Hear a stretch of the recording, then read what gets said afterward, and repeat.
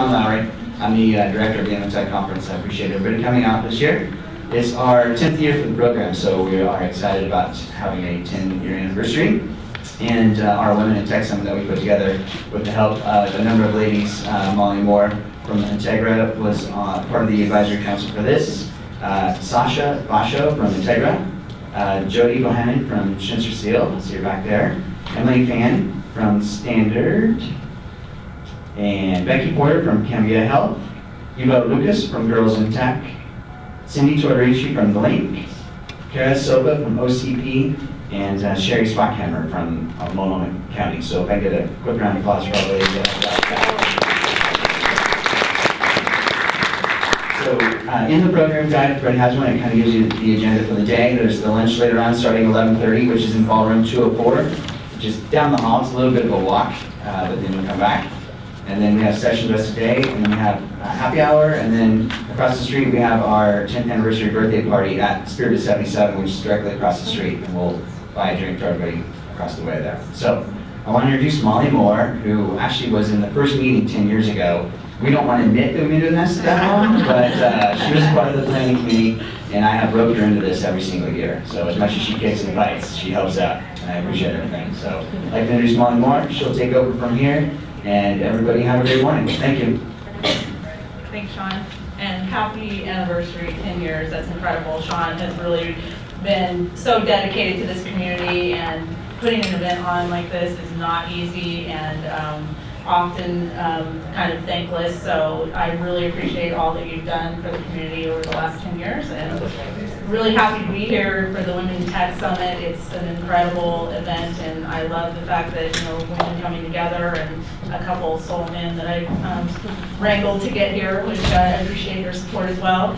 So, but I really want to get really quickly into, excuse me, the topic at hand, and Neeracha Taychakhoonavudh. Thank you. I didn't butcher it too much. From salesforce.com is here, which is incredible. She came up from California just for this event, and Jody from Schnitzer Steel, who is a customer of salesforce.com. Thank you, Jody, for the invitation for salesforce.com, and Integra is also a salesforce.com customer, which we're really happy about. And you know, it's been an incredible company to watch over the last several years. You guys have been essentially a rocket ship. I know you've been nominated as the Fortune 100 Best Companies to Work For, as well as the Forbes World's Most Innovative Company. Maybe we can start out just talking a little bit about what it's like to work for a company that's at the stage that you're in, and, you know, some of the key challenges that you face as an organization. Absolutely. Thank you, Molly. Hopefully this is working. Bill, I will project a little bit more. I thought I've been working a little bit earlier. So we can just turn back and forth. I'll try to turn it on. Okay, let's keep going. My name is Neeracha Taychakhoonavudh, which Molly did a great job with. In case you're wondering, the name is Ty. Oh, there I am. I've been with Salesforce for almost 4 years now, and it's been an incredible ride. What I joined to do and what I'm doing now have very little to do with each other, and I've had just, you know, kind of the opportunity to try so many new things, which is what I'm immensely grateful to the company for. We've been growing at quite a fast clip. I started at Salesforce 4 years ago in our Customers for Life department, and that is, well, then it was probably 600-700 people focused on post-sales customer success. So focused on services, you know, taking care of customers after the sale, support, etc. Right now, that organization is probably close to 2,000 people, so it's been a phenomenal growth in 4 years. Still focused on the same things, but I actually have moved over to run a number of strategy initiatives across both sales and Customers for Life. So thinking about our pre-sales and our post-sales customer interactions as a single continuum, and making sure it's as seamless as possible. So it's been really fun getting to know one side of the company, and now I'm on in a slightly different role, but again, still very, very much tied into how we service customers from the beginning all the way to the end. So you know, one of the questions I think Molly had asked was, what are the challenges that Salesforce is seeing? And I think it's it's an enviable problem. The challenges are really related to growth. So I mentioned kind of the 800 to 2,000 growth just in the Customers for Life team in the past 4 years. We've seen that growth across the company. And again, it's a good problem to have, but scaling for growth is something we wrestle with every day. It's a problem, a challenge from the systems and infrastructure standpoint, from the process standpoint, right? If you think about it, I was talking to Jody and I was talking about our re-implementation of Oracle last year because we were running, we probably put Oracle in when we were under $1 billion company. We're now $3 billion and didn't quite keep up with all the versions of Oracle that we needed to, and it was a huge modernization effort. We see that across the board in our systems. The other big challenge is we are hiring a lot of people, and they're new to Salesforce. Many of them are new to the cloud world, and what does that mean from a business model standpoint? So hiring, finding the right talent, onboarding them, making sure that they get the nuance and the history of the company, as well as bringing new innovation in. That's the other big challenge we're facing right now. So speaking of hiring, in recent news, salesforce.com has announced that you are expanding into Oregon, which is really exciting for us and for our region, and that you're hiring over 200 people out in Hillsborough. When it comes to hiring, what, and assuming some folks in the crowd might be interested, what is it you're looking for from salesforce.com for the new hires that you bring in? And Hillsborough is the office opens in July, so we have a number of people right now, but kind of in these two Regis offices, so they're not all together yet, although we have a very active social network where we spend time together as a Portland team. And the Hillsborough office offers us a unique opportunity. It was I think a Synopsys building that was never occupied, so it gave us the ability to do a completely custom build out inside, which is really exciting. So this is the whole concept of having a social hub and really hiring based upon social intelligence, which is kind of a new concept for us.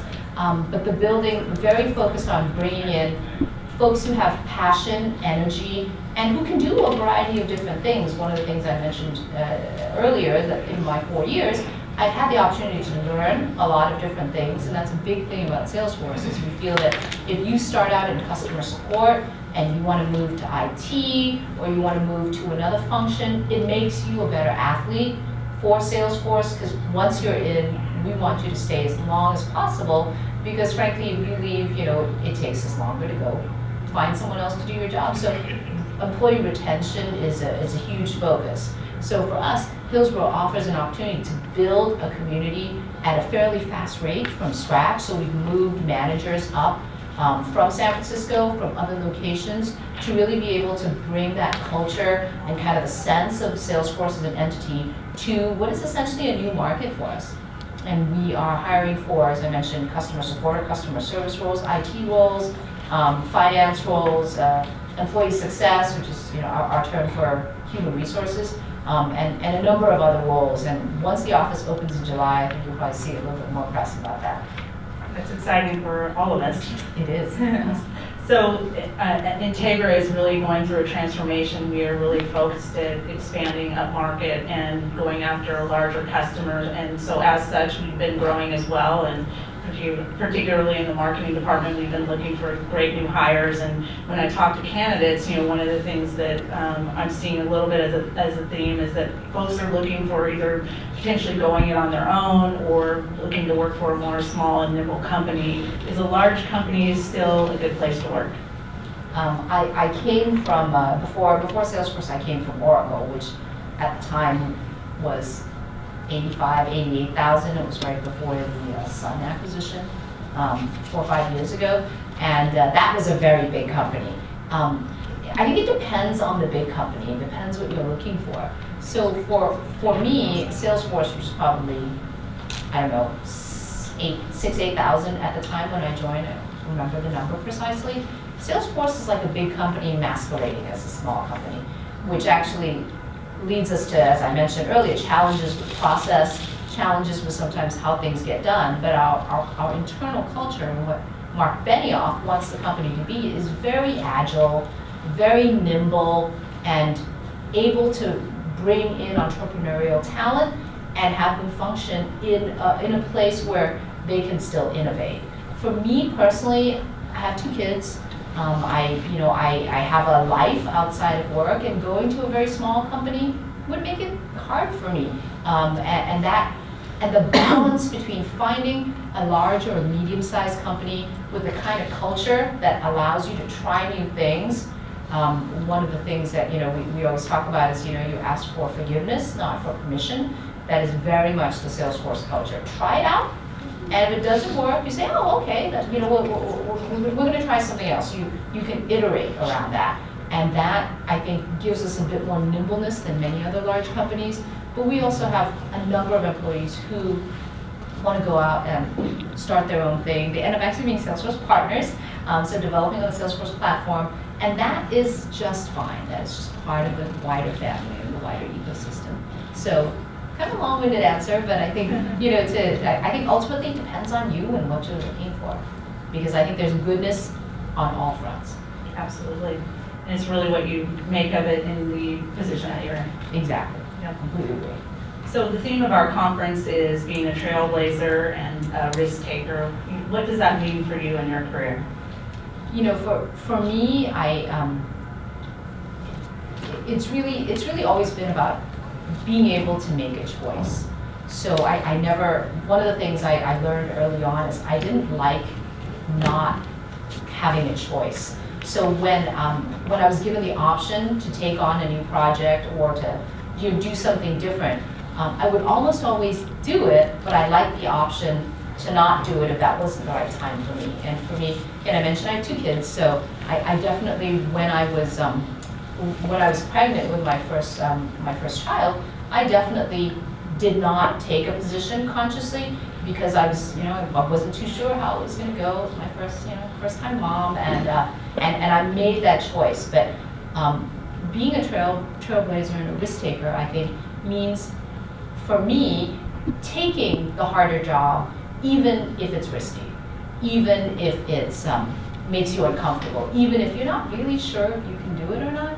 And I think that's something. But it's, again, I really think it's about choices. So sometimes it makes sense for you at that particular time, and sometimes it doesn't. But you should always feel that you have the option.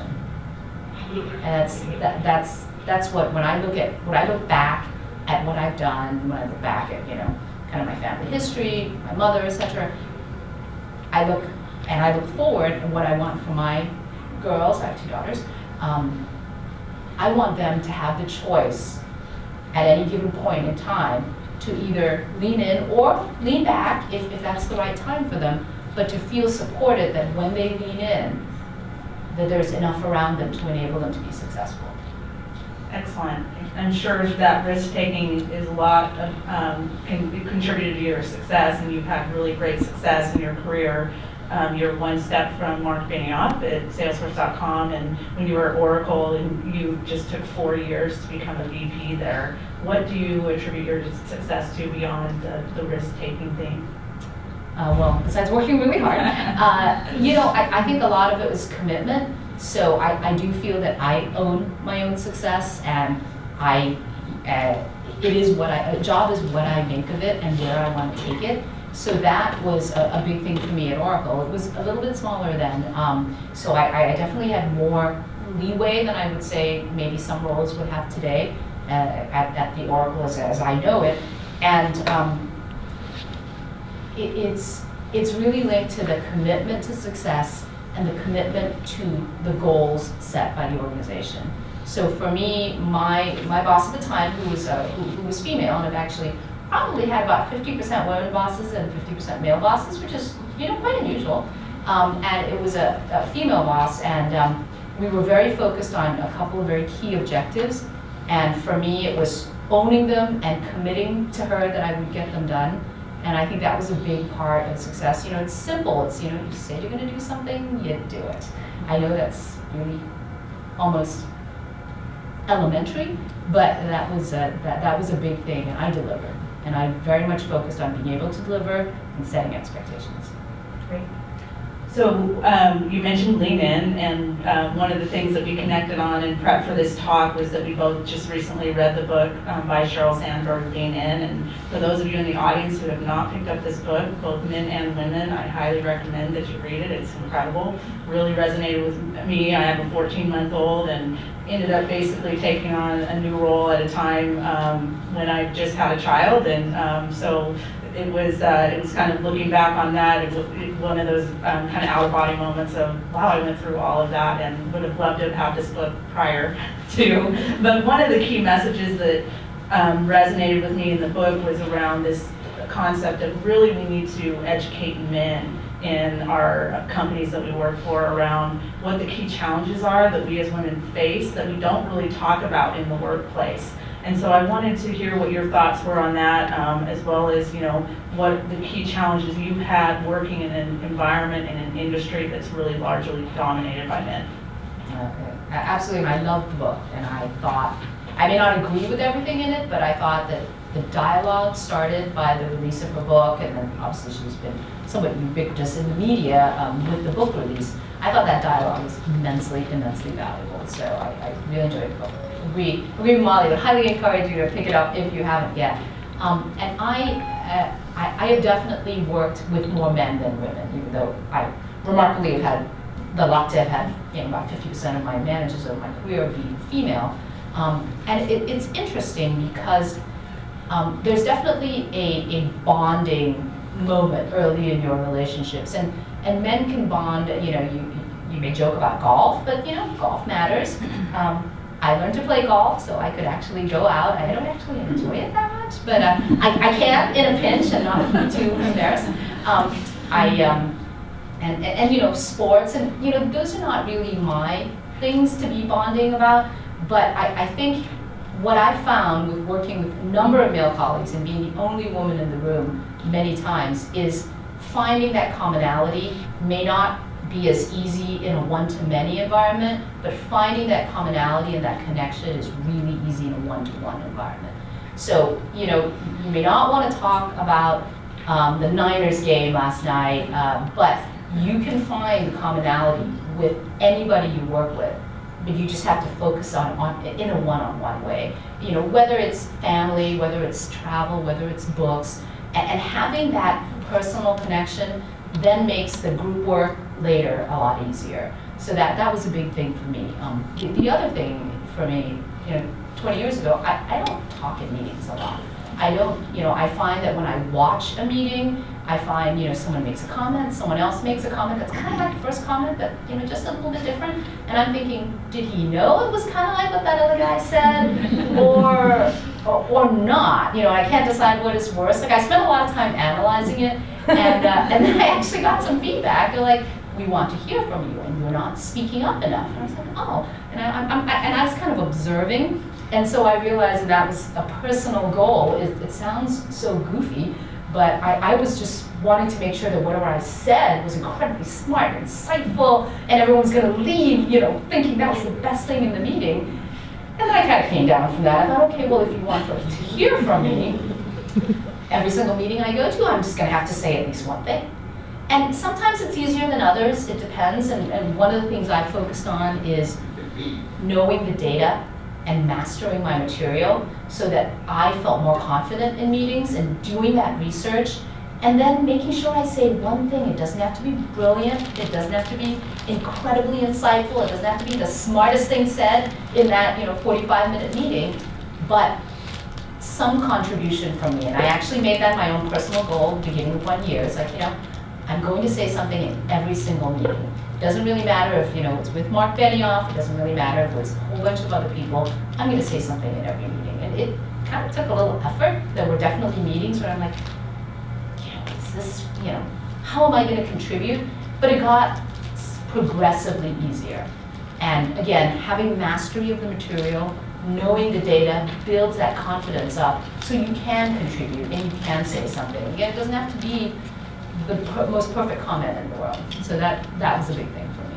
That really resonates with me. I had a boss recently that, you know, it gave me the same advice essentially because, you know, I just had a sense of not really ever feeling the need to speak up just to speak up. That's really good advice. Exactly. Oh, and as to lean in, Salesforce is actually one of the lean in partners. So Mark Benioff knows Sheryl Sandberg quite well, and we rolled out lean in internally with a number of people just talking about their stories a couple of weeks ago, and we actually have 17 lean in circles, both local ones where people can meet in person, and then actually a big focus on being able to do lean in circles for remote employees. We have a number of people in sales and customer service and customer success management who live, not by an office, and they really service customers, and they feel very disconnected. So the idea of having a lean in circle, but be able to manage it remotely, maybe with Google Hangouts, that's what we're looking at right now, has actually resonated very much, and people feel less alone. Great. Well, so Ryan Buchanan's in the audience from eROI, a great local company, and he is compiling an ebook, and he recently came to me and asked me about, what is your why moment? And he's compiling these answers for this ebook, and it's really about kind of what was the pivotal moment either in your career or your life. And for me, it took me a little bit to really think about this, and there you can go back and there's a lot of different things, but for me it was, I decided to take some risks in my career and not go down kind of a normal path, I would say, and I really have worked in a lot of different industry, nonprofit, government, marketing, business development, et cetera. So for me, it was around kind of that risk taking as related to the direction and path of my career. Can you tell me what your why moment is? My why moment probably occurred when I was switching jobs to what I would consider a lower key job, slightly lower key job, when I was pregnant with my first child, and I met with our executive vice president at Oracle, who worked directly for Larry, and I met with him, and I said, I really, I'm very stressed in my current job, and I would really like to come work in your organization. And I said to him, but I have to tell you that I'm pregnant, and so I'm going to be, I was maybe 2 months pregnant, I can't quite remember. So in 6 months, I'm going to be taking a leave, and I need to be very upfront with you on that, because I don't want to come over and have you feel that I misled you. And he said, Neeracha, this is a marathon. It's not a sprint. You have a long career with us, and I fully support, you take whatever time you need to take off, you're still going to be immensely valuable. And it was a surprising answer to me. I was really happy about it. It came from a man who worked for Larry, who is not, Larry Ellison is not the most female-friendly of CEOs, I would say, and I reflected on that, and we had a very, very good conversation. My aha moment from that was, it's about the people. It's not, it is about the company, but it's about the people that surround you. It's about your boss, and it's about how they make such a difference in your quality of life. And having a supportive boss, having coworkers that you like and respect. You can disagree and still be respectful, but who are above board and honest and trustworthy. I came to the conclusion then that I liked this group so much. There were many other things I didn't like, but I liked this group so much that was going to be my mantra for the future. It didn't really, I have a lot of skills as well. I've done alliances, I've done marketing, I've done product management. Right now I'm in a very strategic focused role, but I run IT program offices. I've done a lot of things. I can do a lot of things. I am less concerned about whatever it is that I do, but I'm much more concerned about the people around me, the people I'll work with on a day-to-day basis, and frankly, my boss, and how they're going to be able to not necessarily nurture or help me, although that's a lovely consequence, but really how they're going to be a part of my world and make it positive. Because I want to come home at night having enjoyed my day at work, and I want to wake up in the morning and be excited about going to work and feeling that I can make a difference and enjoying the interactions that I'm going to have that day. So that was my aha. It was less about the job, it was less about, what's my long-term career path going to be, what's my 5-year plan at this job. It's much more around the people and the quality of the interactions I was going to have. And when we were talking earlier, and as I mentioned already, I'm a 14-month-old, and my husband and I had been trying to get pregnant before I came on board at Integra, and then decided that, hey, we're going to pause for a little bit and wait on that. And of course, I must have gotten pregnant either the day I started or within a week of that point in time, which is what always happens. And I was really nervous about telling that information, coming on board with a new role, a new company, and I hid it for 5 months. But once I came out with the information, the company really embraced me. I ended up getting a promotion while I was on maternity leave, which was awesome. Yeah, so I think you're so right. It's around who is the group that you're working with? What does the company stand for? And how are they going to embrace you? So that's incredible. So several years ago, I was talking to a mentor of mine. I had a new career opportunity, and I was thinking through whether I wanted to take this opportunity on or not. And I was really concerned that I didn't meet every qualification of the job. And so in talking to this woman mentor of mine about that, she looked at me and she said, Molly, a man would never think like that. And that has really stuck with me. And I think as women, we have this sense of fear of not being good enough or qualified enough or being overly aggressive, seen as being overly aggressive in an environment. How would you respond to that? And has fear driven you at all within your career? And what advice would you give to those in the audience about that? Well, absolutely. I think not speaking up in meetings, for me, I had the idea of complete mastery, of complete perfection, and of always 100% coming across as super smart, and just being kind of Teflon almost, is just perfect in every way. Very Poppins. But it really isn't that. So that was my fear of not living up to some manufactured ideal in my mind. And even just the idea of, okay, I just have to make a comment that, it shouldn't be dumb, but it doesn't have to be the smartest comment for the whole meeting. That helped me a lot in terms of getting over things. And it's been nice being at Salesforce because, people are thought of as athletes and able to step in, and the company is growing so fast that opportunities are really hard to predict in many ways. In fact, one of the things that Sheryl Sandberg says in her book, which I thought was wonderful, is opportunities aren't presented or displayed or posted in kind of the way they used to be. A lot of times you volunteer for something and it could turn into your next job. So I found that to be true. For me, last year I've been doing, actually I had kind of a day job and a night job, and my boss at the time, who's been a wonderful boss for 3 years, Maria Martinez, who runs the Customers for Life team at Salesforce, said to me, look, we have this huge project. It's got probably 300-400 cross-functional resources on it, and it's a combination of IT and systems and HR and our strategy team, and it's basically how we get our entire sales force equipped to sell in the new year. So it's a big thing for Salesforce, obviously, is we have a number of sales reps. We switch territories across fiscal years, and they need to have their comp plans, their quotas, their territories in the application. Everybody needs to know their exact role and what they're doing 3 days into the new fiscal year. That's the expectation.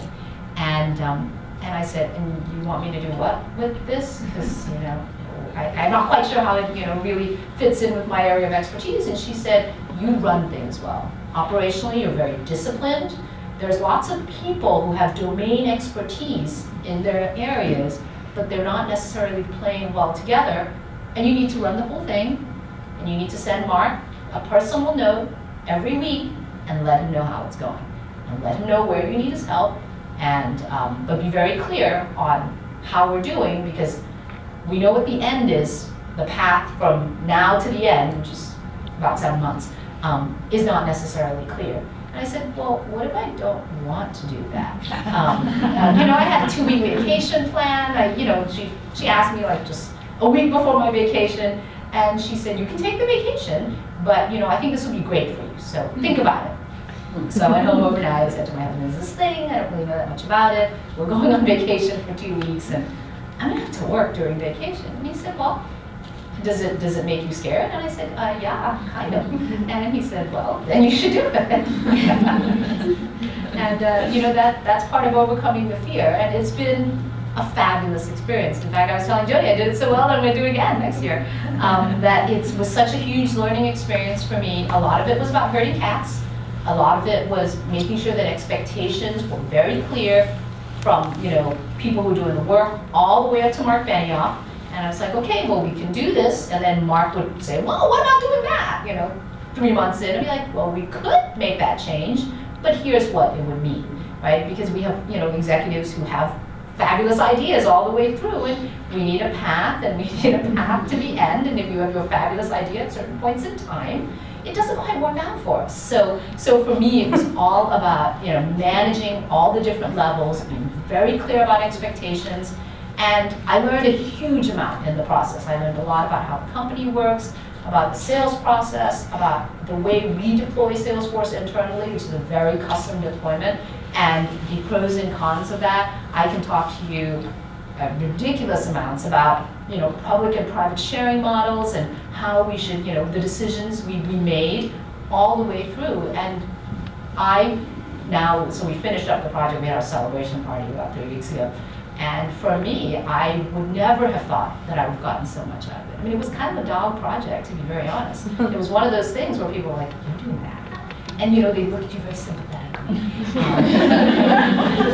And what did you do to deserve that? And it's been fabulous. That's all I can say. I learned so much, made so many different relationships in groups that I wouldn't necessarily have worked with before, and just was very, very focused from a project management standpoint and a communication standpoint, and that's what made it successful. But I was really not happy about being asked to do it.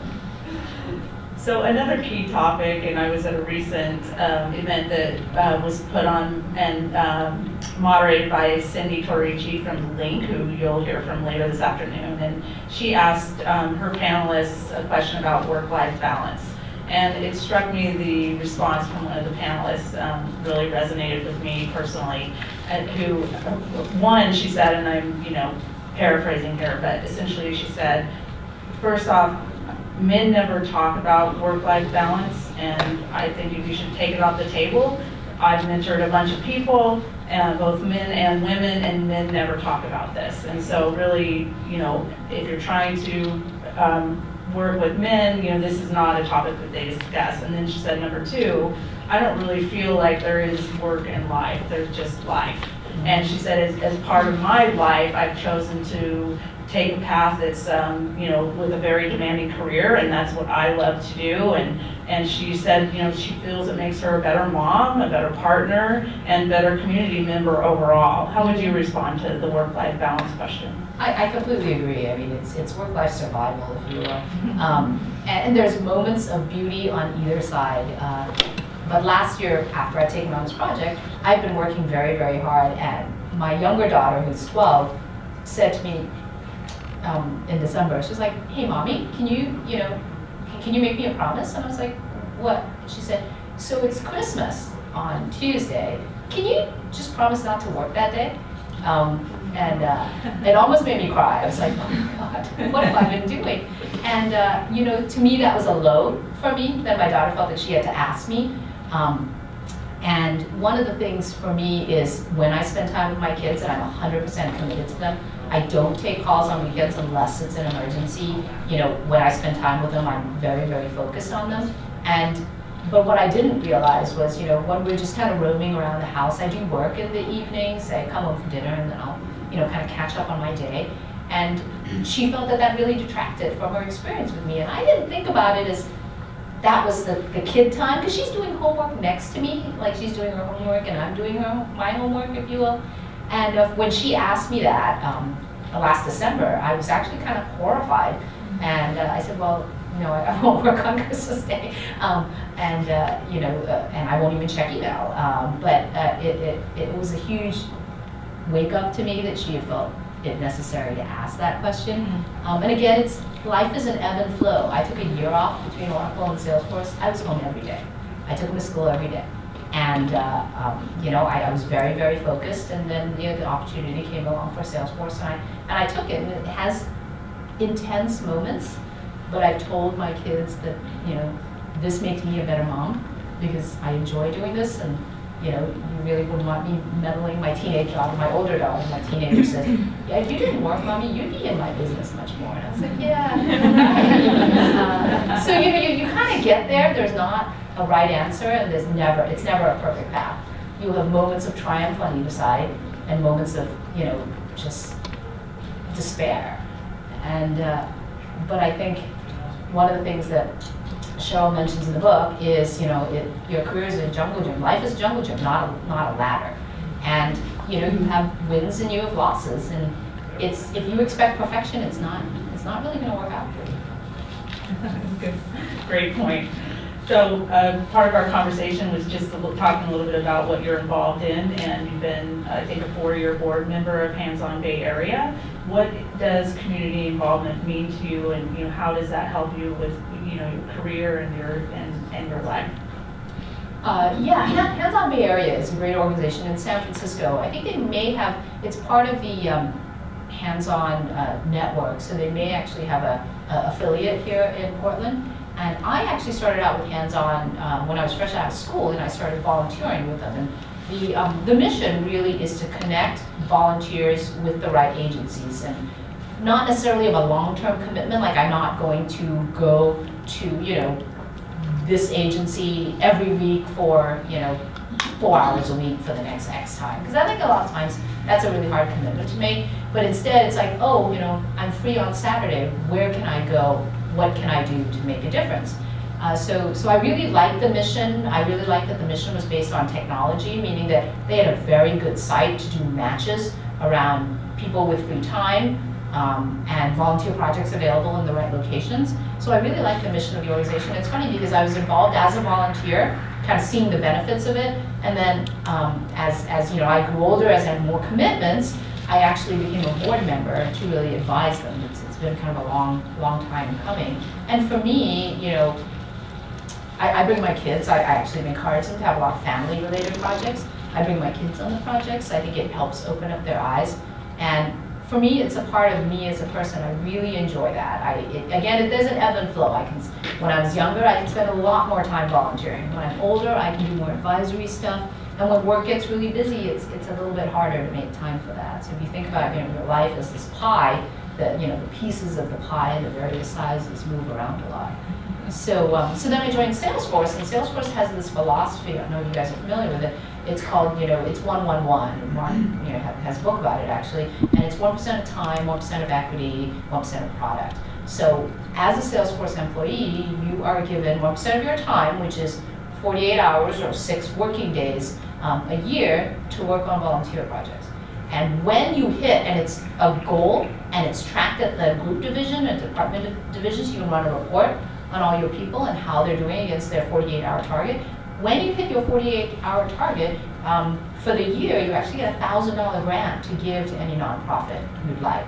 Plus, there's a lot of company matching of donations. So for me, that was like kind of the icing on the cake for Salesforce, because 48 hours, you could use it to, you know, you can do school volunteering, I can do board service, I can do, you know, you can use it any way you'd like. And we actually have people who go on nonprofit trips to, you know, Guatemala, to Tanzania, and they can combine a week of just straight volunteerism with a little bit of vacation at the end. So the Tanzania trip that's being set up for this year, actually, you know, there's an optional safari add-on, for example. So you can get both done, but it's really on top of your vacation. So I came into Salesforce and I was like, that's perfect, because that gives me the ability to do a better job of integrating my nonprofit interests, being able to take whatever time I needed to do that with my work. Again, I don't know if it's balance, but you know, it gives me the option, and I really enjoy it. And actually, board service is really encouraged at Salesforce. And Salesforce has a huge number of nonprofit customers, and one of the very common volunteering options for our teams is to actually help a nonprofit customer, a local nonprofit, with setting up Salesforce, running Salesforce. Salesforce is used you know, for grant applications, right, for fundraising by a lot of nonprofits. So it's a great integration. Excellent. Well, I have a few more questions, but I'd like to leave a little bit of time to see if anyone in the audience wants to ask a question first.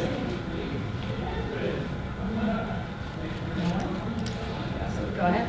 So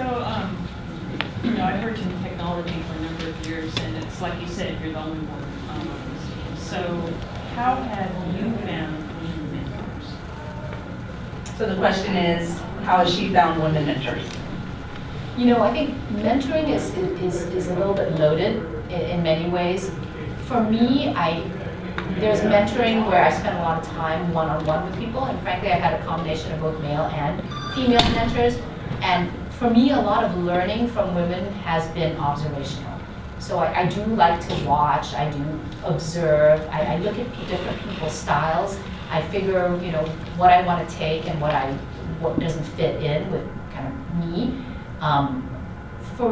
For me, my women mentors have been people I have some common interest with. Something has sparked a conversation. I never call it mentorship. A lot of times I don't say, will you be my mentor? Because that's a little scary. You know, it's like, what does that mean? But I do keep in touch, and I reach out and I ask for advice. So it could be something very specific. It could be, you know, I'm trying to decide whether I take this job or not. And I do reach out and ask for advice, but it transcends almost into friendship at that point. I don't know that I've ever had someone, I've had mentors, but I don't know that I've had kind of formal mentoring relationships with a lot of women. And right now I'm being asked to mentor a lot of women. So I get a lot of calls, and we have a mentoring program set up linked into the Salesforce Women's Network at Salesforce. And my question always is, well, what does mentorship mean to you? Right? If you would like to have lunch once a quarter, or have coffee once a quarter and just talk about where you are and where you're going, or if you want to reach out when you're faced with a decision and you'd like my advice, I'm more than happy to do that. But what does mentoring mean to you? So that's something I've struggled with, and I don't know that there's a clean answer, but I definitely have a support system of women that I can go to who I've either been peers with or worked for or worked with that I see as my advice, you know, as I'm wrestling with something, here's someone I can go to. One thing that's really worked for me with that is really, first off, keeping it very informal. Also treat the person like you would treat somebody else that you work with. I mean, come prepared, have very specific questions, and then make them, you know, feel like you're making progress, follow up with them, let them know that you took their advice and what happened. And, you know, that has really helped me to develop these great relationships over the years that, you know, have lasted, you know, throughout my career. So that's, at least for me, that's what's worked really well. One more question for the audience? So, go ahead. I'll take your advice to speak up. That's at your comfort level. Do you have any recommendations? I'm a mother of daughters as well. They're younger than your daughters. And as I become aware of elementary school needs and the public schools that we're in, the whole concept of STEM and finding opportunities in the town that I'm in, which is not Portland, is new. So I'm researching that. Do you have any advice, or is Salesforce doing anything, or Integra even, to get into the schools and help support programs that are out there to start identifying young girls and giving them the opportunities? Yeah, I think STEM is a big topic of discussion. Salesforce doesn't have any formal programs, but as the mother of 2 daughters, my husband is, you know, he's very technical. He's, you know, database architect, and so he is very much focused on having them be very interested in science and technology. And you know, where we actually find a lot of STEM support is in the Girl Scouts. Interestingly enough, the Girl Scouts, and both my kids have been, my older one is out of scouting, my younger one is still there. And the Girl Scouts actually have a number of programs around kind of STEM initiatives, summer camps, etc. And so we actually have very much focused it on our 2 daughters, but one of them is completely not interested. You know, it's her own personal preference. She wants to be a writer. She tells me she's going to be the next J.K. Rowling, so I'm very looking forward to that. So you know, that's what she wants to do, and that's her passion. And she is, you know, she's in chemistry, she's in math, but that's a kind of a school requirement and kind of some parental encouragement, shall we say. And my younger one is learning a program in Java, because her dad said, would you want to do this? You know, we play Minecraft, do you want to do some mods? What do you think? She's like, cool. So she, you know, we went through some summer camp options. She's like, well, I want to do the robotics, and then I want to, you know, what about C++? What is that, Daddy? You know, and she has this conversation with him. She's 12, so I mean, I don't know by the time she comes out, Objective C or whatever, I don't know where she's going to be. We should probably put her on like some Ruby track instead. But she's very interested, and she's been, he's giving her opportunities, and she's been in a couple camps. She's been in, various Girl Scout type events that talk about it, and she's personally interested. So we're going to nurture that. Let my future J.K. Rowling go, make me a very, very rich mother of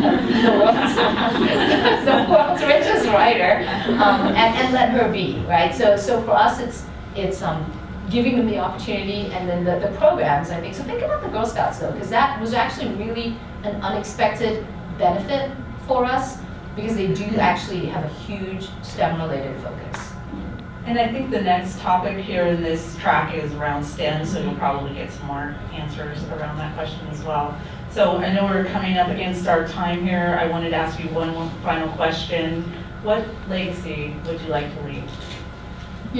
So Molly sends me her questions, and I'm like, legacy? My goodness, that seems so big. And I thought about it. I actually thought about it quite a while over the last couple of days. For me, when I was younger, I wanted to change the world. I wanted to be CEO. I wanted to have huge impact. And then I look at my children, and I realize that, I have a great career. I love what I do. I'm well respected. I've had success. But what's most important to me in my life is being able to make an impact on the next generation. It could be my own kids. It could be people I'm spending time with. It could be people I'm leading by example and I don't even know it. But having the legacy, a very positive legacy of a positive impact, and just, as simple as just being kind and as collaborative and as generous as I can. That's pretty much it. It doesn't sound like a lot. I did write it down, and I looked back at it, and I was like, wow, okay, I really should have something more ambitious here, but I don't know that I do. I want to live my life, and I adore my children. I spend a lot of time with them, as much I'm running on and off. And that's a huge part of it. And I do actually, one of the things I've heard is, well, you don't really want to talk about your children too much in the workplace. I talk about my children all the time. I do, make jokes about them. I do tell people that my oldest daughter will be the next J.K. Rowling. People love that. But that is actually what she believes, and who am I to tell her she can't be the next J.K. Rowling, right? And so I do talk about my children, and it's very well known that my children, what they do among the people I work with, and I find that that's part about being authentic at work, right? I bring my whole self to work. My whole self involves a whole bunch of different stuff. And the most important thing for me is, the family that I raise. It doesn't detract from my commitment to work. My commitment has been demonstrated, but it's part of who I am. Well, I think that sounds like an incredible legacy myself. So let's give a big hand to Neeracha.